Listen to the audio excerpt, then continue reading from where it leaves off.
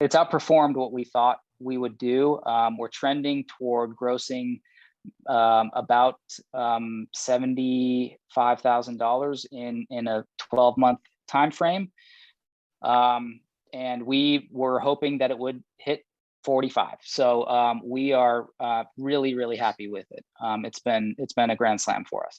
You're listening to the Real FI Podcast, where we discuss time-tested tricks, techniques, and strategies for pursuing financial independence today, so that we can enjoy a better tomorrow. Financial independence isn't about getting rich quick. It's about cultivating a foundation to grow financially, mentally, physically, and spiritually. Let's figure out how to kick the 9 to 5. Here are your hosts, Patrick and James. How's it going, everybody, and welcome back to the Real FI Podcast. I'm your host, Patrick McGrath, with my co-host, James Rippion. How's it going, James? Good, man. Good to be back here. So today we got a really exciting guest, and we're going to talk about short-term rentals. It's a hot topic these days. Everyone's trying to get into it, and hopefully we're all going to learn something from our guest today, Ryan Cushman. How's it going, Ryan? Great. Happy to be here. Thank you guys for hosting me. Excited to talk about real estate. So, Ryan, I was looking around on your Instagram page. You got a lot of interesting stuff going on. Before we dig into all the awesome deals that you're working on, why don't you give us a little bit about your background, your story? Yeah. Tell us where you came from and kind of what got you to where you are today. Sure. Yeah, appreciate that, James. So I'm 38, married for 15 years. My wife and I just barely hit our 15-year anniversary. We've got a few really awesome kids. I graduated with my undergrad in 2009, and that was a rather tricky time to be graduating and entering the workforce. Pretty terrible time, honestly. No work experience under my belt, and so I was able to find a couple of low-paying jobs fairly soon after I got out of school, and during that time pursued my MBA through University of Georgia. Go Dogs! And since then, I've mainly been working in the corporate space in a few different roles. I gravitated toward a corporate finance type role for several years, and in recent history, the last few years have been in a product marketing role for a medical device company. And along that timeline, I just realized that it was going to be a while, before I could really be financially free.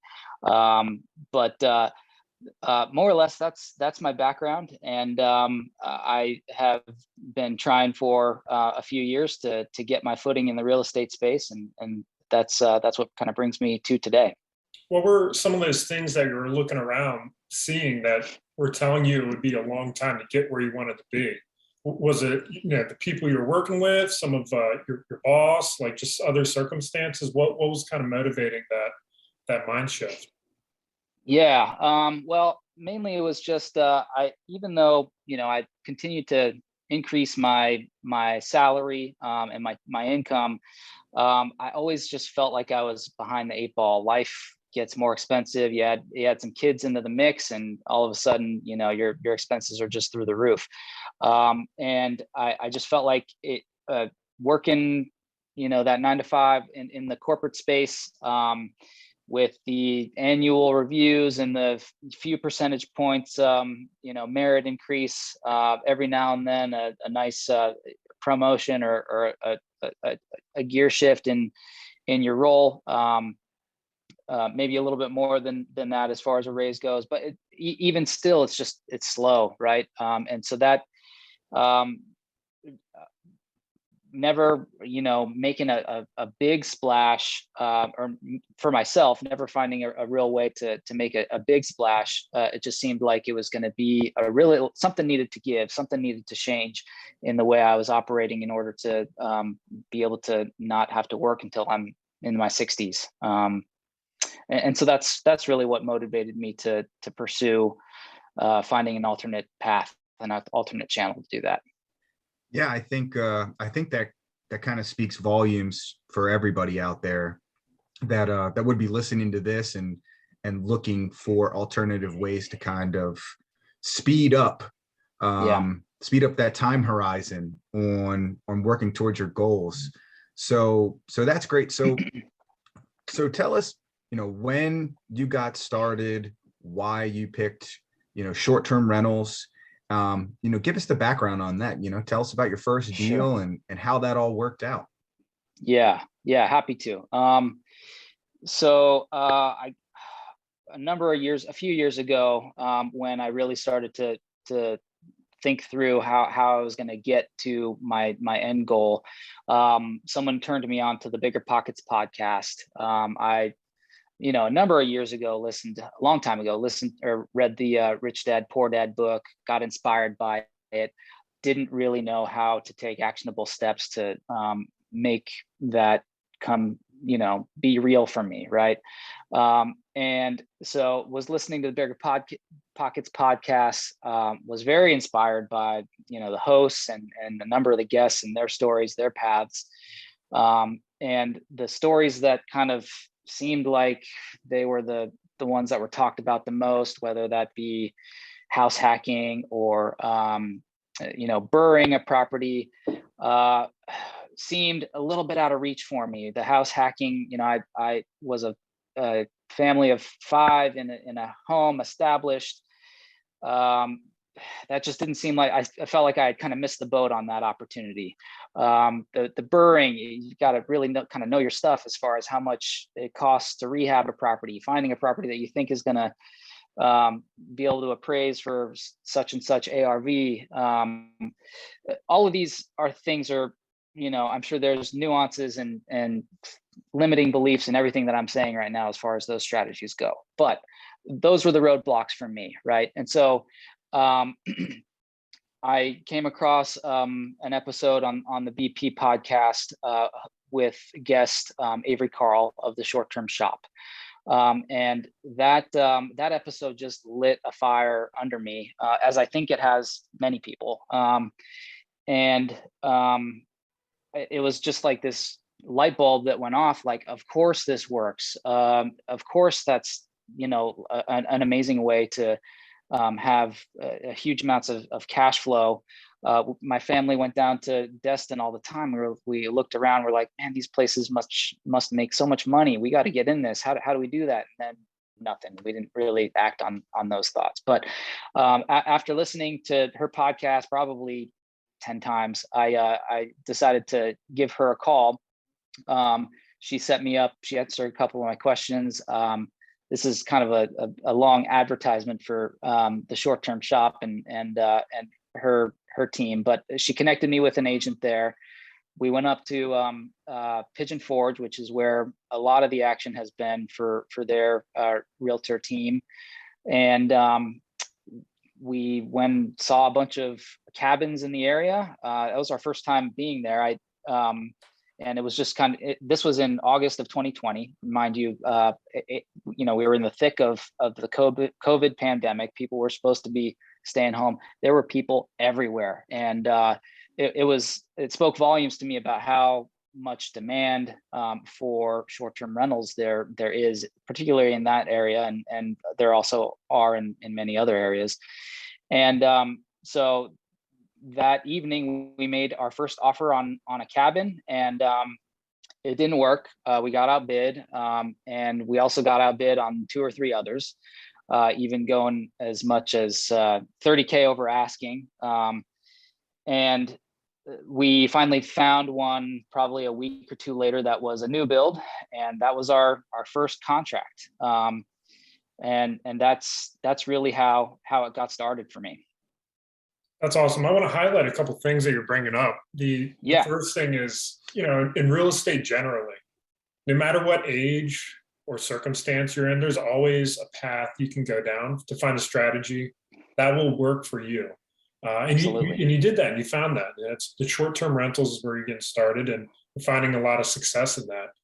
And that's awesome. So people, people don't need to stress out too much about trying a little bit of everything. You just need to research enough and then go deep and take action, which you've clearly done. You found that one person who was a good mental model for you to emulate, and you reached out to them, you connected with them, followed in their footsteps, and quickly took action and got the ball rolling. How did you end up finding, so you're just in Pigeon Forge, is that where all your short-term rentals are located? We have one in Destin, Florida, as well. So Okay. 2 in Pigeon Forge area, 1 in Destin, Florida. Perfect. That's awesome. Yeah, That's great. appreciate that. Yeah. So, all right. So walk us through this now. So Yeah. you go up there, you're looking at properties, you get outbid on a couple, you got this new build, and you decided, hey, let's pull the trigger, offer accepted.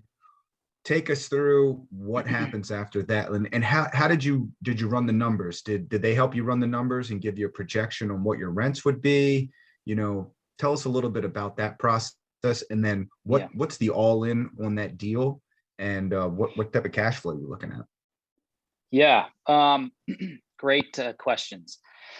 So the steps thereafter is that it's a new build. So you got to take into consideration that they're going to tell you one thing as far as when you think it's going to be completed. And then you pretty much need to assume it's going to be 100% wrong, which it was, right? So they told us it would be done. That was August. They told us it'd be done in December because it was a small 1,000 square feet 2-bedroom cabin.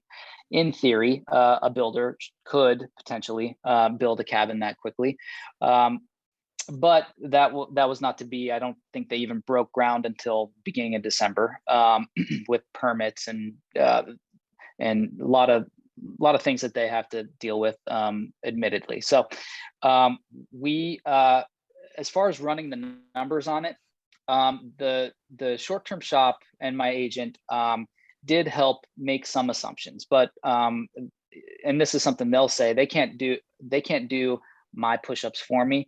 It was up to me to do some analysis about what I expected that property to do as far as short-term rents.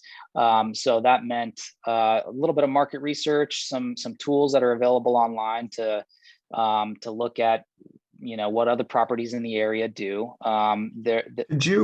Could you give us what are those tools that you use? Yeah, absolutely. There's a tool called data.rabu, which allows you to plug in an address, and it will estimate based on rental scrape information, scrape data on what it would potentially, as an estimate on a high performing, low performing, average performing property do as far as renting as a short-term rental. There's also the rentalizer tool on airdna.co. And I believe, and I haven't used it a whole lot, there's an application called Price Labs that also has a function that allows you to do some analysis on scrape information that allow you to analyze it. And then the last thing that you can do is just try to find similarly sized on Airbnb or Vrbo, and that are approximately close to where yours is going to be, and see what their calendars look like, see what their rent rates look like, see if it's managed by a rental company or by like a lone person that is renting out their property and managing it themselves. And those are all data points that will really give you a great idea as far as what its potential is. So one That's awesome. mental roadblock I always have with short-term rentals, and I'm hoping maybe you can address this with me and kind of resolve my own concerns, is management. How do you work into the whole system of managing a short-term rental from a distance? I've bought some short-term or some regular single-family houses that I've owned from a distance, didn't personally manage them, hired a manager. But how is that any different maybe from a house, like from a regular rental to a short-term rental from a distance? What kind of specific things should people be aware of when it comes to that management aspect? It's 100% about your team and your systems that you have in place. It's absolutely going to be more high touch than a long-term rental. I have to engage with my cleaner a couple of times a week, sometimes with the two that we have in the area, sometimes as much as every day, every other day or so, just to be engaged with her on how how the timing is working with guests in and guests out and that sort of thing. As far as other tools, there are great tools like I use a tool called Guesty, which syncs my calendars across Vrbo and Airbnb, so that the same property doesn't get booked at the same time on two different platforms. That application also sends my welcome messages and my all the instructions for guests to check in and check out. And then there's the Price Labs tool that I mentioned before, sets with some inputs from me, sets all the pricing. And so there are certain aspects of this that you can absolutely automate, so that you're not having to send every message, as a new guest comes. But no doubt it's more high touch than long-term rentals. They'll send you a question that you don't have an automated response for, and you've got to respond to that. Otherwise you get dinged in the rankings of Airbnb. And then going back to the team, it's just, having a great relationship and treating your team well, namely your cleaner. He or she is going to be your number one teammate in the area, your eyes and your boots on the ground.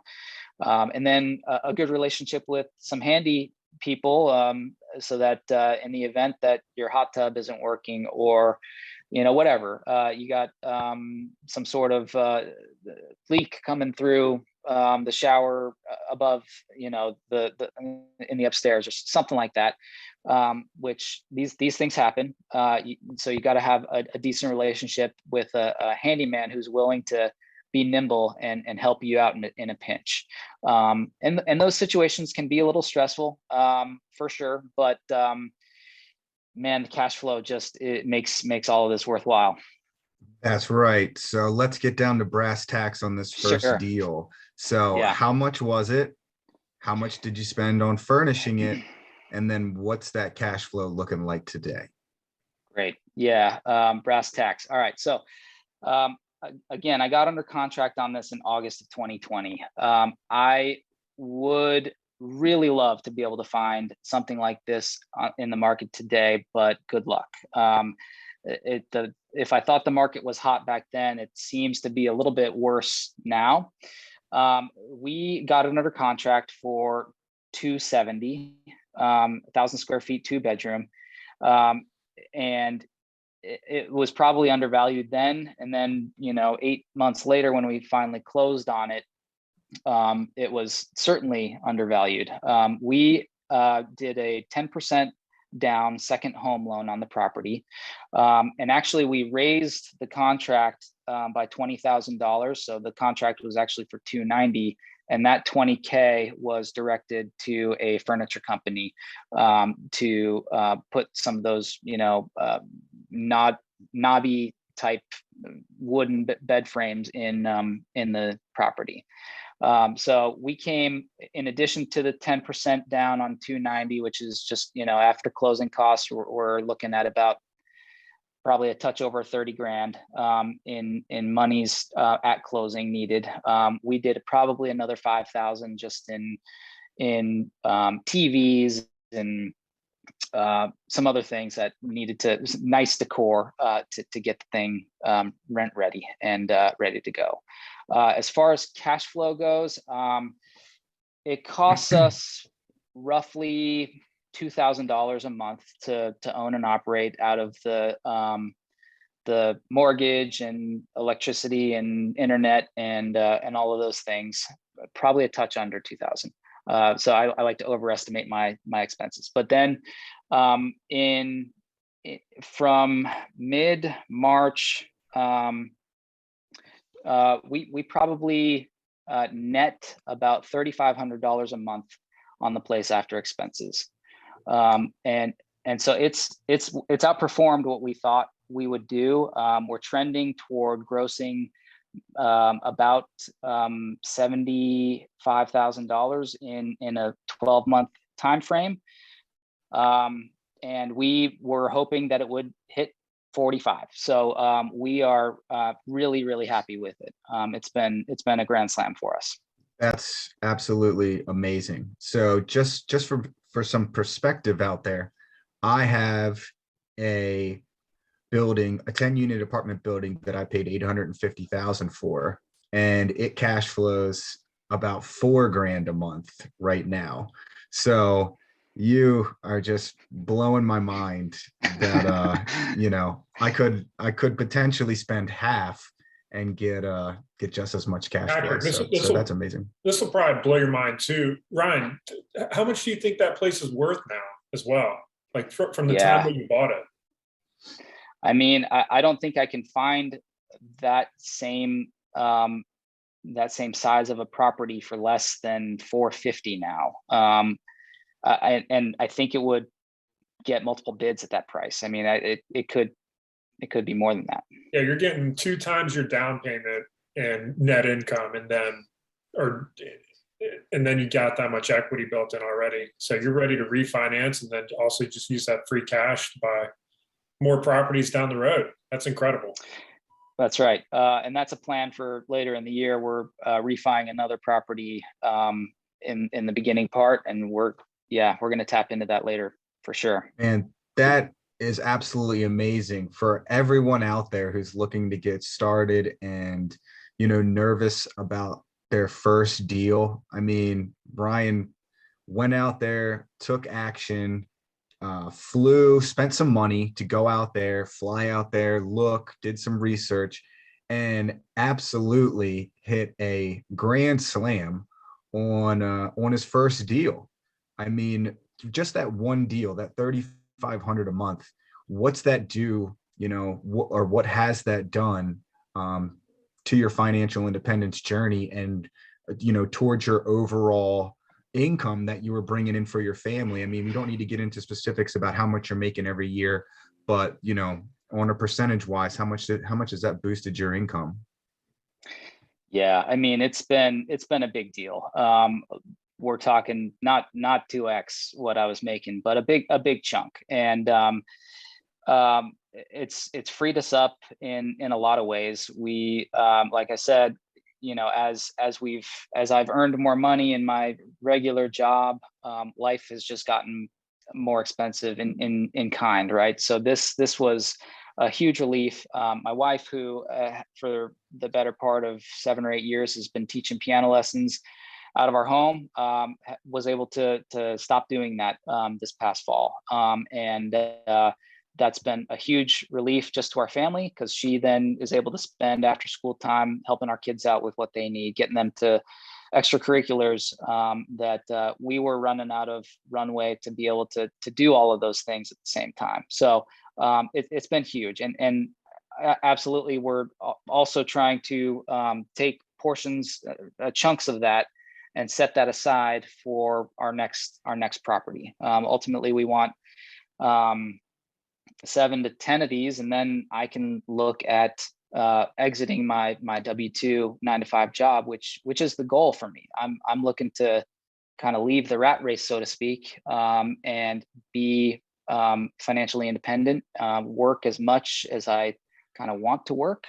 And that's what this has really been helping us be able to work toward at a much faster clip. So let's expand upon that a little bit. Let's put ourselves into the future a little bit. You've acquired maybe 7 of these rentals. You're cash flowing incredibly. What does your life look like in that situation? How does your management of the business fit into that? And what does your whole personal situation look like too, with your family and everything else? What does this financial independence opportunity present to you? Yeah. So last year and this year, and potentially a little bit into next year, are the grind time. This is a challenging time for us. I obviously still have my responsibilities of my W-2, and I've taken on managing the short-term rentals, figuring out how to acquire. My goal is for 4 more this year. I'm also pursuing my real estate license for the state of Georgia.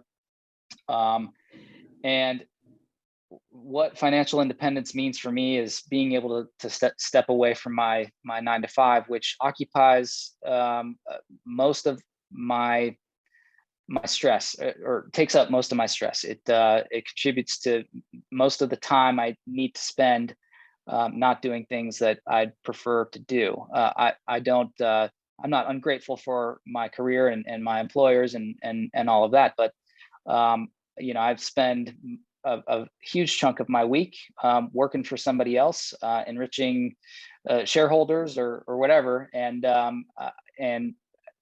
that's just time that I'm losing, that I can't do, that I can't spend doing what I would much prefer to do, which include, being more present with my family, being able to do more things with them, being able to travel, being able to join a soccer team, or all these things that I don't really have the time or the resources to do right now. And so that's what financial independence means for me, is that I can then kind of be my own boss. I can have these short-term rentals. I can, even hire a virtual assistant to do a lot of the stuff that I will eventually not want to do, or not have my hands fully in later on, and just be able to be free. And this will never be totally passive, but it'll be require a lot less of me than my 9 to 5 requires of me now. So. And it sounds like you get a lot of enjoyment from it too. This, from doing this whole investment and this, what you're building right now. And I think that's an important thing for people to grasp, is you're gaining time for yourself because you're building equity in a business that you own through the short-term rental business, rather than working for somebody else, earning a couple bucks, probably earn more than a couple bucks an hour, but you know what I'm saying? And everyone, your boss has equity in the time that you're providing. You're taking that time and you're building that equity for yourself. And that, I think, gives a lot of fulfillment to people once they realize that they have that option. Absolutely. Yeah. And what I love to hear is everything that you just said was all about time. It wasn't about money. It wasn't about buying things. It was about having your time back to spend with your family, to be able to create memories. And I think that's what most of us out here are all trying to do. We're trying to build a life and build a business that we can have time freedom to do as we please. And like you said, last year, this year, and next year are your grind years. You're still putting in those 40, 50 hours a week at your day job, plus your couple hours a day, figuring out everything else, working to spend time with your kids, your wife, and managing all of that. But you see that, hey, if I put in 3 solid years, and the first one, is just the growing pains, just getting that snowball going. In 3 years, you can create a life for yourself where you can do all those things you just talked about. It's not a significant long-term time. And that's the power of real estate. That's what's so beautiful about it. That's what gets me so excited about it. And I love hearing that. And I'm actually going to look for my first short-term rental this weekend. That's awesome. Guys like you have gotten me inspired, a bunch of different people on Instagram. And I've wanted to do it for a while, but I had all the same type of things that you were talking about with long-term rentals, all those limiting beliefs, with the Burr method and everything else. I've done all of that. The short-term rentals is kind of what scared me. So it's really nice to hear everything you're talking about and put it into, perspective. And that perspective is huge. So why don't you tell us where your business is at now? How many short-term rentals do you have? How is that structured? How have you been able to fund them? Let's dive into a little bit of that. Sure. Yeah, the first that first short-term rental that I discussed, I own on my own. My wife and I do, and we, like I said, it was a 10% down loan. I wasn't even sure how I was going to have the funds, even though that wasn't that much. I wasn't sure how I was going to come up with 30 or 40 grand to pay for that either. Luckily, I talked to a great lender who introduced me to the idea of borrowing against your 401k, which doesn't affect your debt to income ratio when you're applying for a loan. So I took out a loan against my 401k, used that as the down payment money for our first cabin, and then we were kind of off to the races. While I was twiddling my thumbs waiting for that property to get built, I was obviously talking about how excited I was for this with my friends and family. My younger brother, who has made a lot of money in Silicon Valley in the tech space, wanted in, but didn't want to do all the management. So he then made for the perfect partner for me to be able to get into two more. And we shortly thereafter got under contract on a second new build cabin in Pigeon Forge. That one, a bigger, nicer one that had an in-basement indoor pool. It's awesome. But again, we were twiddling our thumbs, waiting for probably almost a year, waiting for that one to come to fruition. So then, while we were waiting for that to come along, earlier, about a year ago, we got under contract on an existing inventory property in Destin, Florida. And so our third property that we got under contract was actually the first one to go live, because just 30 days later, we closed on it and got it live and running in mid-March. And so those two properties were both in the $530,000-$40,000 range. And because my brother was on the loan for both of those, he qualified for, and because they were also in two different markets, he qualified for 10% down loans on both of those.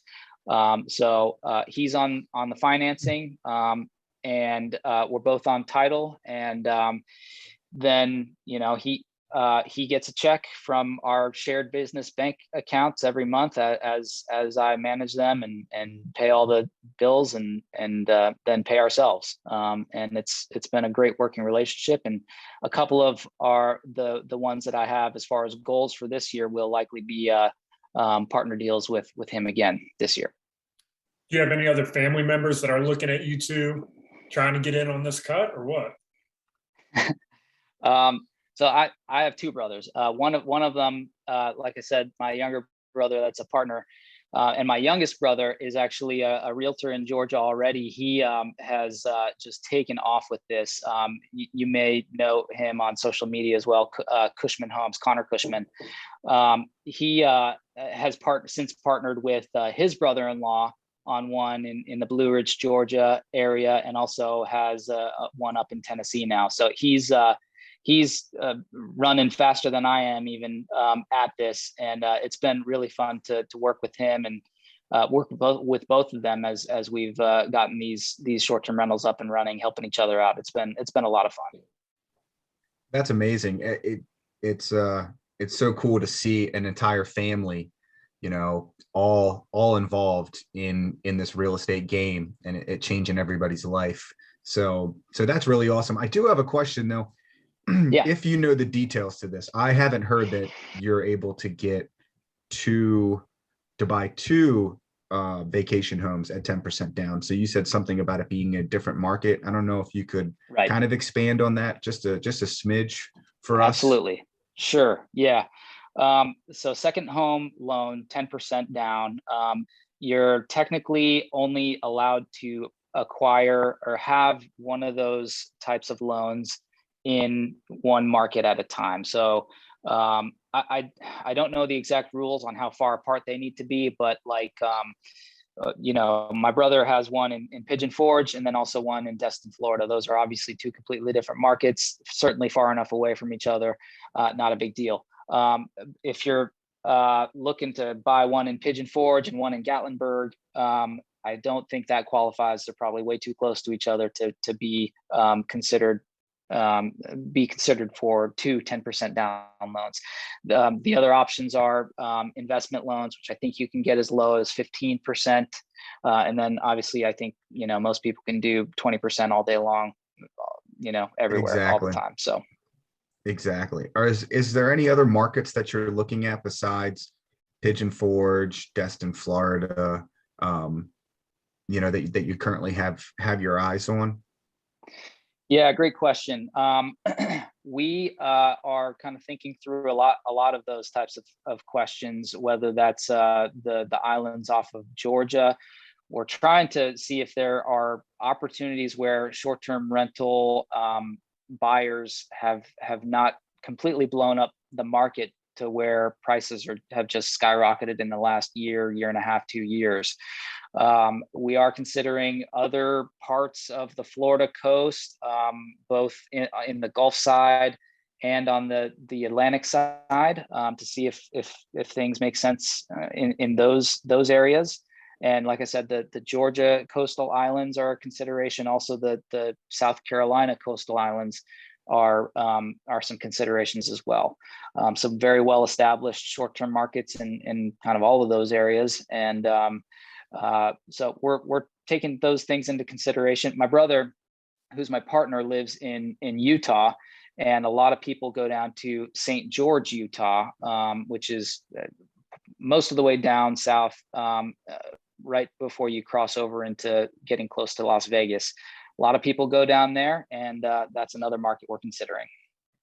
That's great. What I've run into, and I don't know if you have run into this as well, but I know in Florida, and I also know in Myrtle Beach, South Carolina, where I'm looking at, there's these condo hotels. Basically, it's a hotel that was converted into condos, or a giant condo building that has a front desk.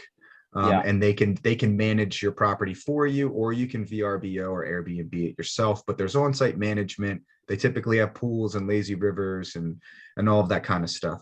The problem is that you have to get specific financing from a certain lender to be able to acquire those. And they want between 25 and 30% down. And to me, that really limits what you can do. And I think that puts it into that owner that is going to just go to the beach twice a year with their family, and then they're going to have, them take care of everything else. So it's kind of a wash. So I don't know if you've run into that as well. I have typically stayed away from condo hotels, mainly at the advice of our realtors that are particularly in Florida, our realtor we've used there, just with the concerns around, it kind of was stopped at the door just because we were looking for 10% down opportunities, and that wasn't an option for us there. There are higher barriers to entry as far as financing goes for those properties, and that was kind of a door stopper for us in that regard. So beyond that, I haven't thought too much about it, to be honest. And but not to say that we wouldn't consider one in the future when we have some additional capital to lay out, but it hasn't been something that I've looked at too deeply beyond that. Do any of your current short-term rentals have any HOAs on them for any of those properties? Because I know when I'm looking for regular rentals, that's one of the biggest things I'm trying to avoid are HOA fees. But that's because the margins are way smaller on a traditional rental. But with a short-term rental, a couple $100 a month is almost nothing when you're pulling in as much as you can in a really desirable area. So do you have any HOAs on your current properties, and if not, or if you do, how do you kind of think about that? Yeah, the one that we the property in Florida is a townhome, and we do pay a quarterly HOA on that property. It comes to, I think it just increased like $50 per quarter to like 75 or something like that. And I don't love that I have to pay that. Between the two partnership properties, that one makes less money, and it costs a little bit more to operate. But in the grand scheme of things, 200 something bucks a month, where in the particularly the summer months, we're slaying, and it's wall to wall booked. It doesn't feel too painful. So with the other cabin property that my brother and I partnered on, it's still a new development, and I think there is going to be an HOA, but they haven't fully built it out yet. And I think the HOA is pretty small. So in general, like you said, with short-term rentals, where the margins are a little thicker, it's really not too scary once you pencil out how much you're going to be making off of the property.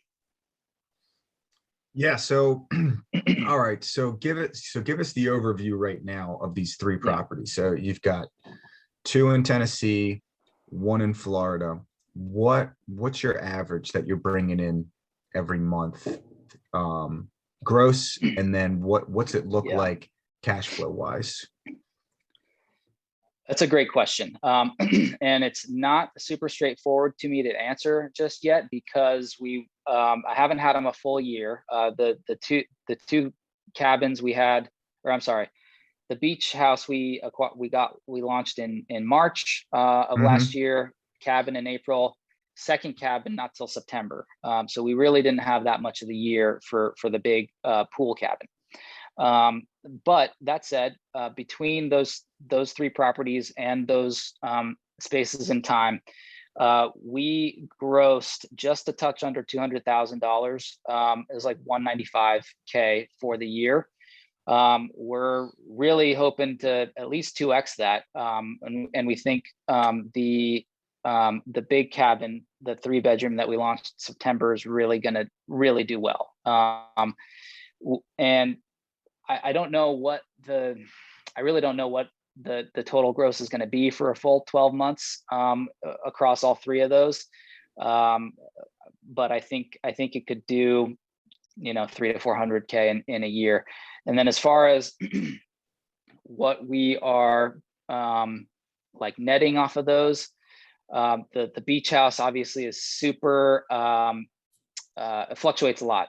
We have been mostly empty for the better part of 2 months down there. We made a lot of money in the warmer months. And so when the beach house stopped making money, we brought the big cabin online, and that was making the money for us, right? So all that said, between all 3 of them at a given point in time, we're bringing in net probably $7,000 a month. That's just amazing. That I have 17 units long-term rental, and we're doing about 7,500. So, 17 different tenants. Long-term, you've got 3 properties, amazing. A little bit more hands-on, but that's absolutely amazing. And to think that you haven't even had them online that long, and you're just getting started. To say you've built a $400,000 a year business in a year and a half, 2 years is mind-blowing to think about it. I mean, bravo to you, sir. Bravo. Wow. And that's and to everybody out there, like, look, you haven't been doing this that long. You're a noob. Really, you went out there, self-proclaimed noob. So that's just amazing. I mean, it's stories like these that get me jazzed up. I mean, I'm like kind of goosebumps here, because I've been working on my business for 5 years to kind of get to where we're at, and you come out swinging, with these 3 short-term rentals, which I've been nervous about, because I was looking a couple of years ago too. I almost pulled the trigger a couple times and didn't. I mean, there's beach houses that I was looking at, new builds, 320. 4 bedrooms, 3 baths, huge, that are worth like 550 grand right now. And everybody's got those stories, but it was just that I was nervous too. So, I mean, you've inspired me for sure. I might even have to start looking at properties that are a little bit more expensive, just because it's slim pickings down there in the 300 zone.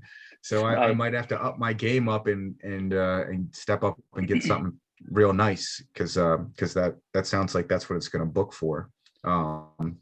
So that's amazing. Offline, you should definitely tell me where they're still building those new builds if they haven't sold out yet. I might have to buy one of those. All right, man. Yeah, absolutely. I will. If I can find All them, right. that is. That's right. That's right. All right, Yeah. James, I think it might be time For the big picture. for the big picture. Let's go. Let's do it. So we're gonna ask you 3 questions, and just answer them as you see fit. So the first one will be for the beginner investor. What do you say to the person starting their financial independence journey? What is one of the most important first things that they can do to get started and moving forward? Yeah. I mean, I think this is probably a cliche answer, but it's all about getting educated, listening to a lot of perspectives to find out what speaks to you and what you're passionate about, what inspires you, what is going to get you excited to go full force at and really make a difference in your own life. For me, that was reading a bunch of real estate books and listening to a bunch of podcasts, learning from those who have done amazing things for their own investment and real estate journey, and that is it. That is the thing. You just need to learn what you need to learn about a bunch of different paths and figure out which one speaks to you the most, and then run at that. That's great. Now, you mentioned some books, you mentioned some podcasts, some people, other than Rich Dad Poor Dad, because we all know that that's the Bible to real estate investors. And I refuse Can you to give accept us that one as an answer to this question. Yes, we refuse to accept that one as an answer to this question. So could you give us one book, one podcast, and then one person you follow, that has changed your perspective on things? Yeah. So a book that in the last 6 months or so that I read that I really loved, and am probably due to reread just so that I can give myself a refresher on, is Set for Life by Scott Trench. I thought he outlined just beautifully really sound strategies in making next moves, making life-changing adjustments in your life that set you up for life. No pun intended. So podcast was the other part of your question? Yep. Podcast and person. Yeah. I would say BP, but I've already talked about that a lot. It doesn't have to be real estate related, just okay. a podcast that, Sure. you listen to that you think people can find some value out of, Yeah, right. Well, I'll have to give a shout out to the Short Term Shop, Avery Carl. She has a podcast now that's specific to short-term rentals. If you're interested in learning more about the short-term rental game, I arguably she's the best in the business. And so she brings on guests every week that speak to their short-term shop journey, and lots of amazing content in there. And then as far as who I follow, I think someone that has really been inspirational to me and has really made a name for himself is my youngest brother, Ryan Cushman.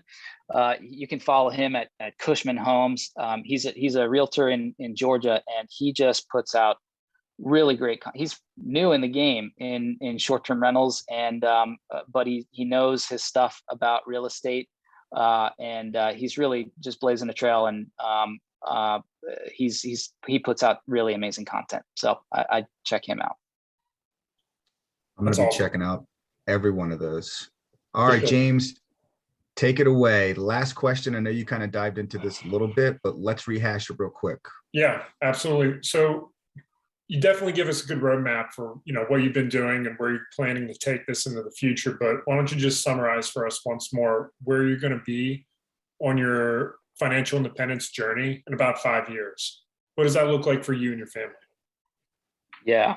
In 5 years, I will not have a 9-to-5 job. I'm going to have a lot more free time. I'm going to spend a couple hours a day doing my short-term, and by then I anticipate long-term rental business management. In 5 years, I plan to have between 10 and 15 short-term rentals, and I haven't really penciled out how many long-term rentals, but it is my goal to get into long-term rental. Just for diversification's sake. And by that time that, I see myself being able to take my family around the world, see really cool places, do a lot more traveling than we have the opportunity to do now. And that time freedom is so important to me, and what I'm really after as far as being able to just do more of the things that I want to and love to do. And so that's where I see myself in 5 years. Man, great answer to all those questions. To finish it out, so Ryan, where can people find you? How's the best way to get in touch? If anyone listens to this and has questions for you, where do they reach out to speak with you? Might as well just be through my Instagram handle, kush.rei, or is it Cushman.rei? I can't even remember. Kush.rei. That's my Cushman real estate investing handle.